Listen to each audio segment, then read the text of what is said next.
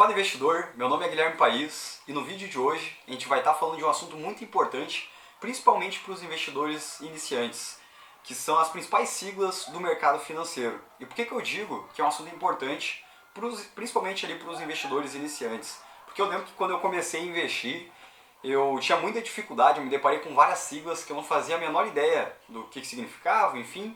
E se eu visse um vídeo como esse, lá no início, tenho certeza que teria me ajudado muito. Tá? Então hoje a gente vai estar falando de siglas como CDI, CDB, LCI, LCA, CRI, CRA, IPCA, Selic. Tá? Então vamos começar aqui, eu separei essas siglas e a gente vai começar pela sigla CDI. O que é o CDI? A sigla CDI significa Certificado de Depósito Interbancário. Esse nome ele não nos diz muita coisa, né? Então vamos entender um pouquinho melhor o que é o CDI. Basicamente, o CDI, para a gente entender ele, né, a gente tem que entender por que ele foi criado. Tá? Então, basicamente, os bancos, todos os dias, eles, por exigência do Banco Central, eles precisam terminar o dia com caixa positivo. E os bancos que não terminarem o dia com caixa positivo, de novo, por exigência do Banco Central, eles precisam pegar dinheiro emprestado com outros bancos. Né? Mas imagina que o Banco A está emprestando dinheiro para o Banco B. E esses valores, né, desses empréstimos não são baixos. Né? Não é pessoa física, hoje tu vai estar emprestando 10 mil reais, 50 mil reais. A gente está falando de valores de 100 milhões, 1 bilhão. Então, para emprestar esses valores, os bancos que estão emprestando precisam de uma garantia que esse dinheiro vai ser devolvido com segurança. E é aí que surge o CDI, que é o Certificado de Depósito Interbancário. Que o banco que está pegando dinheiro emprestado, ele emite um certificado, né, de depósito interbancário e ele dá em troca desse dinheiro para o banco que ele está pegando emprestado, como uma segurança. Ó, banco, tu vai me emprestar esses valores e eu vou te dar esse certificado como uma garantia que eu vou te pagar ele de volta. Tá? Então o CDI ele é essa garantia, tá, para esse empréstimo interbancário. Mas também o CDI ele é também uma taxa. Né? Então por que ele é uma taxa? Porque imagina que esses empréstimos entre os bancos não é só um empréstimo que acontece em toda a economia e em todo o Brasil. São vários bancos emprestando dinheiro entre si para eles fecharem os seus caixas todos os dias. Lembrando também que esse empréstimo ele tem a duração de um dia. Né? Ele não é por um ano, né? Não é um financiamento. Né? Ele é um empréstimo por um dia só para os bancos conseguirem fechar seus caixas no positivo, no azul. Tá? Então imagina que tem vários bancos fazendo esse empréstimo todos os dias. Tá? E por que o CDI ele é uma taxa? Porque tu não pode emprestar dinheiro, geralmente tu não empresta dinheiro a nada. Quando tu empresta dinheiro para alguém, tu espera emprestar aquele dinheiro e receber ele no futuro com juros acrescido. E aí que entra também o CDI, a taxa CDI, onde a B3, né, ela calcula como uma média de todos esses empréstimos ocorrendo ali diariamente e nessa média sai a taxa CDI. Tá? Então ele é também uma taxa. E qual que é a importância, qual que é a relação do CDI com teus investimentos? Justamente essa taxa, a taxa CDI. Né? Ele é uma taxa e é a principal referência de rentabilidade dos teus investimentos, principalmente de renda fixa. Tá? Então, provavelmente tu já deve ter ouvido falar, alguém, poxa, eu tenho investimento aqui que me gera 100% do CDI, ou 96% do CDI, 50% do CDI, enfim. Né? Então justamente ele está se referindo à taxa CDI, que esse investimento dele tá rendendo tantos por cento do CDI. O que a gente tem que tomar cuidado também? Eu vejo muitos investidores que estão começando falando que, poxa, eu vou investir em CDI. Né? Então eles acabam confundindo com outra sigla que é o CDB, que eu vou explicar depois, né? Mas tem que tomar esse cuidado porque é diferente. Tu não investe em CDI, o CDI é uma taxa. Né? Então o teu investimento ele está rendendo tantos por cento da taxa CDI. Se a taxa CDI estiver em 10% ao ano e tu tem um investimento que está rendendo 100% do CDI, quer dizer que o teu investimento está rendendo 100%, ou seja, a mesma coisa que o CDI, está rendendo 10% ao ano. Se tu tiver um investimento que rende 50% do CDI, tu tem um investimento, e o CDI tiver 10% ao ano, tu tem um investimento que rende 5% ao ano. Então essa é a importância, né, essa é a relação do CDI com teus investimentos. É uma referência de rentabilidade. Tá? Então, próxima sigla que a gente vai falar aqui é o IPCA. Né? O que é o IPCA?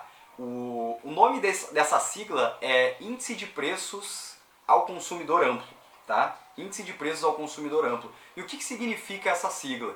Basicamente, esse índice é o principal índice de inflação que a gente tem aqui no Brasil. Então, antes da gente entender o que é o IPCA, vamos entender rapidamente o que é a inflação. A inflação, basicamente, é o aumento generalizado de preços na nossa economia, né? Então, quando a inflação ela aumenta, o teu poder de compra como consumidor, ele diminui. Então, por exemplo, vamos supor que em determinado momento, né, tu tinha uma nota de R$100 e tu vai no mercado e compra X coisas. Se a inflação ela aumenta, de novo, o teu poder de compra, ele diminui. E com isso, com aquela mesma nota, posteriormente, tu consegue comprar menos itens no mercado. Então ele diminui o teu poder de compra. Tu compra menos com o mesmo valor monetário, tá? Então, basicamente, para resumir, a inflação é o aumento de preço na economia. E agora vamos entender o IPCA, já que a gente já sabe o que é inflação. Tá? Então, de novo, IPCA é o principal índice de inflação aqui no Brasil, que mede a inflação. Tem outros índices, mas, de novo, o IPCA ele é o principal. Tá? E como é que é calculado esse índice, né, do IPCA, que mede a inflação? Ele é calculado com base em uma cesta de produtos e serviços. E conforme esses produtos e esses serviços que estão dentro dessa cesta, eles aumentarem os seus preços, esse índice ele aumenta também. Então a gente tem um aumento da inflação. E qual que é a relação do IPCA, da inflação, com os teus investimentos? Esse é uma sigla bem importante para tu entender, tá? Porque o que importa para o investidor é ganhar dinheiro. O investidor ele investe para ganhar dinheiro, né? Ele não quer só ver o dinheiro dele crescer, ele quer comprar mais coisas no futuro. É por isso que ele investe, tá? Então vamos supor, né, um exemplo, que tu tem um investimento que te gera 10% de rentabilidade ao ano e que nesse mesmo período o IPCA, a inflação, foi de 5% ao ano. Tu concorda comigo que o teu dinheiro, né, tu viu ali no banco, na corretora, enfim, ele crescer em 10%, tu tem 10% a mais no final daquele ano, porém, como a inflação foi de 5%, tu tem um aumento de poder de compra não de 10%, mas de 5%. Tá? Então, tu viu o teu dinheiro crescer em 10%, mas o teu poder de compra é só 5%. E vamos supor em outro exemplo agora, que a tua rentabilidade dos teus investimentos foi de 10% ao ano, porém o IPCA, né, a inflação, foi de 10% naquele mesmo ano. Tu teve um ganho real, que a gente chama, ganho real é ganho acima da inflação. Tu teve um ganho real de zero. Ou seja, o teu dinheiro ele se multiplicou em 10%, porém o teu poder de compra não mudou nada. Tu não pode comprar nenhuma bala a mais, né, ao final desse ano. Tu não teve nenhum ganho real. Tá? Então essa é a relação do IPCA com teus investimentos. Essa é a importância. Tu tem que entender, porque não adianta tu fazer um investimento, né, onde a rentabilidade for o mesmo que o IPCA. Tu vai ter um ganho de zero, não vale a pena. Tu tem que procurar um investimento onde tu consiga ganho real. Ganho real é o que importa para o investidor no final das contas. Agora que a gente já entendeu o que é a sigla IPCA, né, que mede a inflação, vamos entender a próxima sigla, que é a Selic. O que é a Selic? É o Sistema Especial de Liquidação e Custódia. É isso que significa essa sigla. Né? Mas entendendo um pouquinho melhor do que é a Selic, qual que é a influência, né, qual que é a relação da Selic com teus investimentos, tá? É isso que a gente vai entender. Então vamos lá. A Selic é a taxa básica de juros da nossa economia. Tá? E qual que é a função dela? Basicamente, ela é um mecanismo que o Banco Central tem de controlar a inflação. A inflação tu já entendeu como é que funciona, né? Então, como um meio de controlar a inflação, o Banco Central ele eleva a taxa de juros, a taxa Selic, né, para conter a inflação. E por que acaba contendo a inflação com essa alta da taxa Selic, com ele aumentando a taxa Selic? Porque justamente quando o Banco Central ele eleva a taxa Selic, tem alguns impactos na economia. Quando ele baixa a taxa Selic, quando ele diminui a taxa Selic, também tem alguns impactos, que é o que eu vou te explicar agora.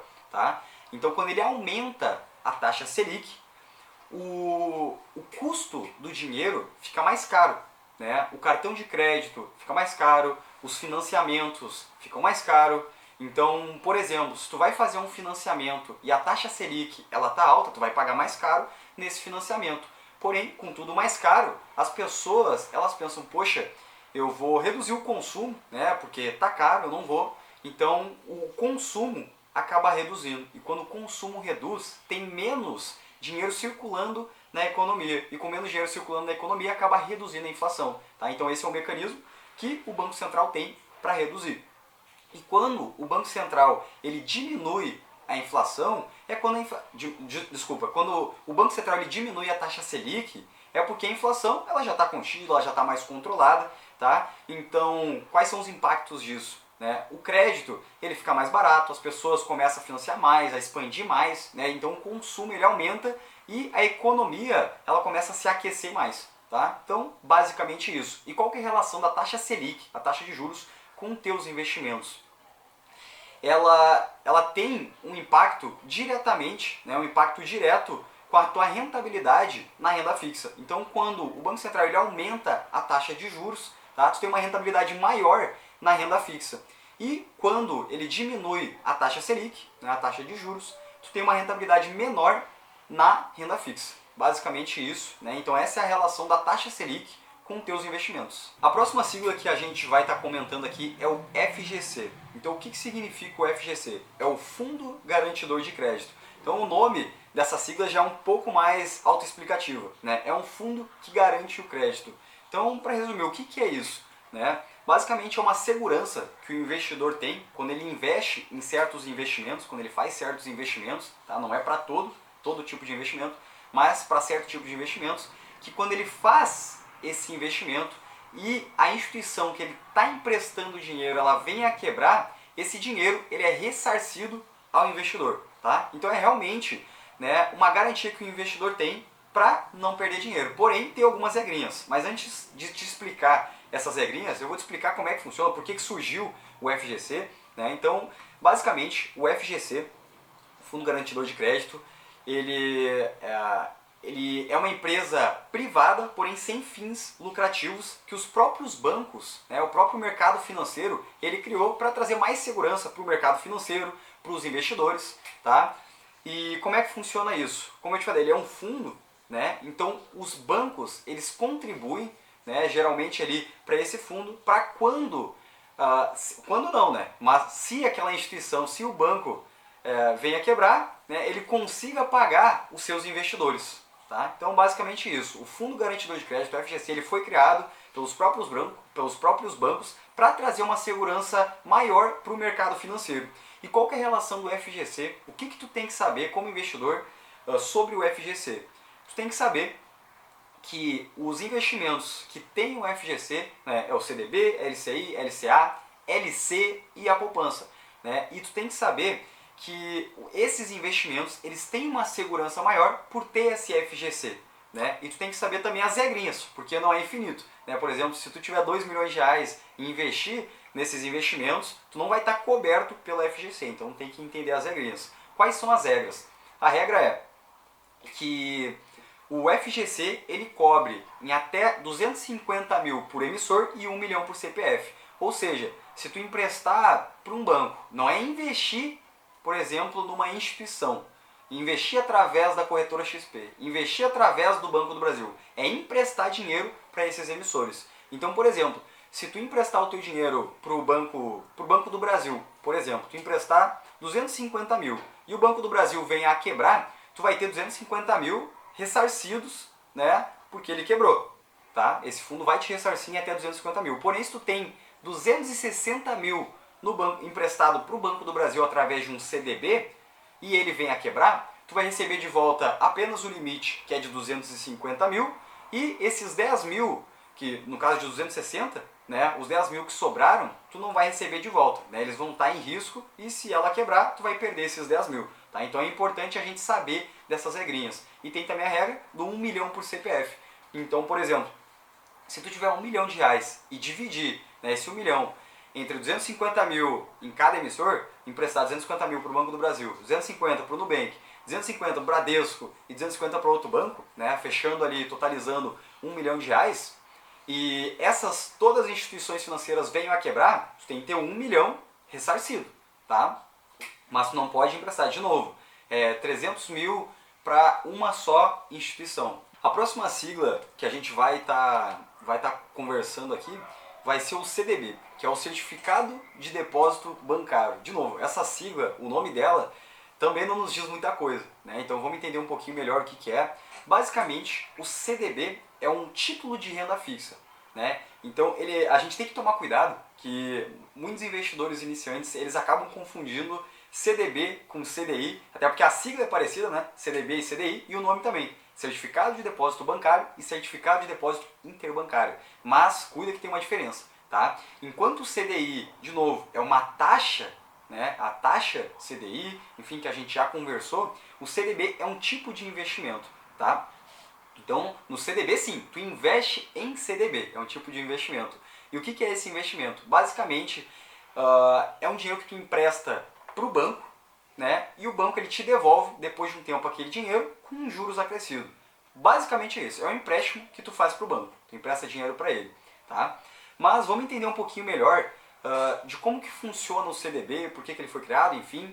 Esse certificado de depósito bancário é um título que o banco emite para captar recurso com os investidores. Então vamos lá, o banco está precisando de dinheiro, né? Porque o banco ele precisa de dinheiro para emprestar, para quem faz empréstimo pessoal, para quem quer financiar um imóvel, crédito ali no cartão de crédito, e ele precisa de dinheiro. E de onde é que ele tira esse dinheiro? Através dos investidores com o CDB. Então ele emite um CDB para captar esses recursos, né, com os investidores. Então vamos supor que o banco ele emite um CDB, ele pega dinheiro com o investidor e paga esse investidor, e dando um exemplo aqui, né, ele paga 10% ao ano para o investidor.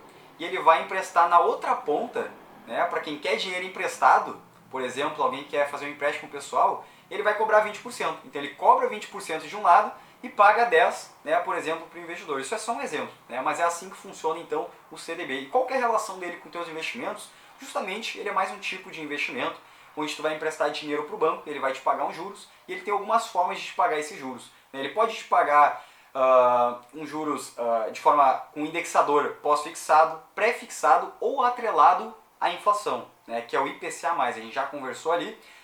Nesse vídeo eu não vou estar aprofundando muito sobre os indexadores, mas se quiser entender um pouquinho mais, é só comentar aqui na descrição, desculpa, nos comentários, que eu posso fazer um vídeo explicando só sobre isso, tá? Mas o que tu tem que saber sobre CDB é isso, que é um investimento que tu vai emprestar dinheiro para o banco e tu vai receber uns juros por isso, tá?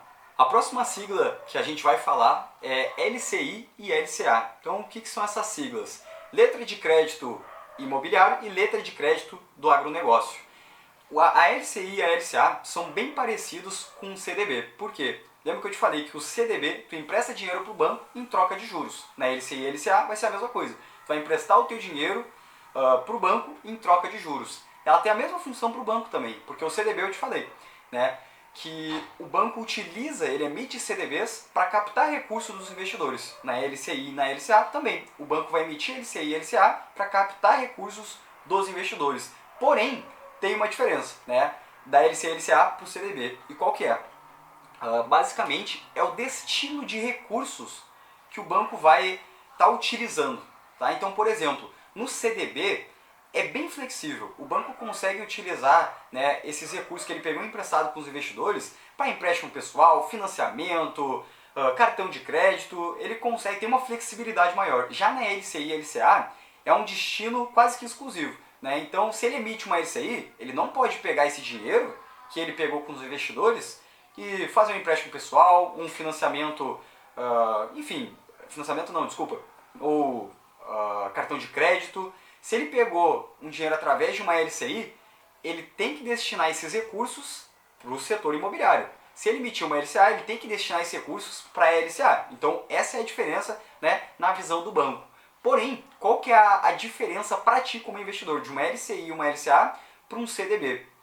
O ponto é que como esses dois títulos, né, eles são do setor imobiliário e do setor do agronegócio, e esses setores são setores onde o governo ele quer estimular mais, o governo, né, ele criou um incentivo para que seja mais estimulado, para que os investidores, né, eles emprestem mais dinheiro através de LCI e LCA para, né, ter mais dinheiro para o financiamento, para o agronegócio. E qual que é esse incentivo? Basicamente é uma isenção fiscal, né, uma isenção de imposto de renda. Enquanto o CDB ele conta com imposto de renda, né, seguindo ali a tabela regressiva do imposto de renda, a LCI e a LCA, elas são isentas de imposto de renda. Então o investidor ele não paga nenhum tipo de imposto de renda na LCI e na LCA. E antes da gente ir para as próximas siglas, que são os CRIs e os CRAs, né, o CRI e o CRA, é importante falar também que a LCI, a LCA e o CDB, eles contam com a proteção do FGC. Então se tu investe em CDB, LCI e LCA e tu investe até os limites, né, lembra das regrinhas do FGC, um limite de 250 mil por emissor e 1 milhão por CPF, tu está protegido pelo FGC. Porém, os CRI e os CRAs, né, que é as próximas siglas que a gente vai estar falando aqui, eles não contam com essa proteção. Tá? Então vamos lá entender o que é o CRI e o CRA. Basicamente, CRI e CRA, qual que é o nome dessa sigla? Né? Certificado de Recebível Imobiliário e Certificado de Recebível do Agronegócio. E o que é isso, para resumir? Tá? Para resumir, o CRI e o CRA são como os CDBs e a LCI e a LCA, são títulos de renda fixa, onde tu vai emprestar o teu dinheiro para alguém e vai receber em troca aquele dinheiro no futuro, mais um juros acrescido. Então, títulos de renda fixa são isso, são empréstimos que tu faz para receber, né, o teu dinheiro no futuro acrescido de um juros. Porém, só vai mudar, né, dos títulos de renda fixa, só vai mudar para quem tu está emprestando o teu dinheiro. E é o caso aqui do CRI e o CRA. Tá? Então, enquanto no CDB, LCI e LCA tu empresta o teu dinheiro para bancos, no CRI e no CRA esse emissor é diferente. Tá? Então, como é que funciona? O CRI e o CRA ele é um pouquinho mais complexo de entender que o CDB. Por quê? Porque no CDB tem duas pessoas envolvidas, né? Duas coisas envolvidas, que é o investidor e o banco. O investidor empresta dinheiro para o banco paga o investidor. No CRI e o CRA tem uma pessoa a mais. Tá? Então, para entender, eu vou te dar um exemplo, uma analogia que eu acho que fica um pouquinho mais fácil de entender. Então, vamos supor que tem uma empresa que ela vende maquinários para fazendeiros. E certo fazendeiro decidiu comprar o maquinário dessa empresa por 200 mil reais. E eles acordaram que esse fazendeiro, né, vai pagar esse maquinário, esses 200 mil, em 10 anos para essa empresa. Tá? E vamos supor que essa empresa, né, vendeu o maquinário, está tudo certo, porém ela precisa desses 200 mil agora. Mas o fazendeiro vai pagar ao longo de 10 anos esses 200 mil. E ela não tem tempo para isso, ela precisa desses 200 mil agora. O que ela faz então? Tá? Ela vai procurar outra empresa que a gente chama de securitizadora. Tá? Não foca muito nesse nome, né? Não precisa se preocupar muito com esse nome, é um nome diferente, tá? Mas é uma empresa. Tá? É uma empresa chamada de securitizadora. E o que faz essa empresa? Basicamente, eles vão fazer um acordo, eles vão fazer o seguinte acordo. Essa empresa ela vai chegar na securitizadora e vai falar: securitizadora, eu acabei de vender um maquinário, só que esse fazendeiro vai me pagar ao longo de 10 anos e eu preciso desse dinheiro agora. Será que tu não poderia me dar esses 200 mil imediatamente, né, agora? E em troca disso eu te dou os juros que o fazendeiro vai pagar ao longo desses 10 anos. E a securitizadora vai falar: cara, é um acordo bom para mim, gostei, vamos fazer sim. Agora a securitizadora vai falar: só espera um pouquinho, empresa, que eu preciso saber, né, preciso verificar de onde é que eu vou tirar esses 200 mil para te pagar, porque eu quero muito esses juros desse fazendeiro. Tá? E o que ela vai fazer? Ela vai pensar: poxa, de onde é que eu vou tirar esses 200 mil? Então ela vai até os investidores e olha e fala para os investidores: o que vocês acham de vocês me dar 200 mil agora e ao longo de 10 anos, né, ao final de 10 anos eu vou devolver esse valor que vocês me emprestaram, mais um juros. O que vocês acham da gente fazer esse acordo? Os investidores olham e falam: poxa, é um ótimo acordo, eu gostei. Tá? Então é aí que surge os CRIs e os CRAs, né? O CRI e o CRA. Porque a securitizadora ela emite um CRI ou um CRA, nesse exemplo, como é um fazendeiro, como é do setor do agronegócio, é o maquinário do agronegócio, a securitizadora vai emitir um CRA. Né? Ela vai emitir um CRA e os investidores vão investir nesse CRA, ou seja, eles vão estar emprestando dinheiro para a securitizadora em troca desses juros. Né? A securitizadora vai pegar esses 200 mil dos investidores, vai dar esses 200 mil para aquela empresa que vendeu o maquinário para o fazendeiro, tá?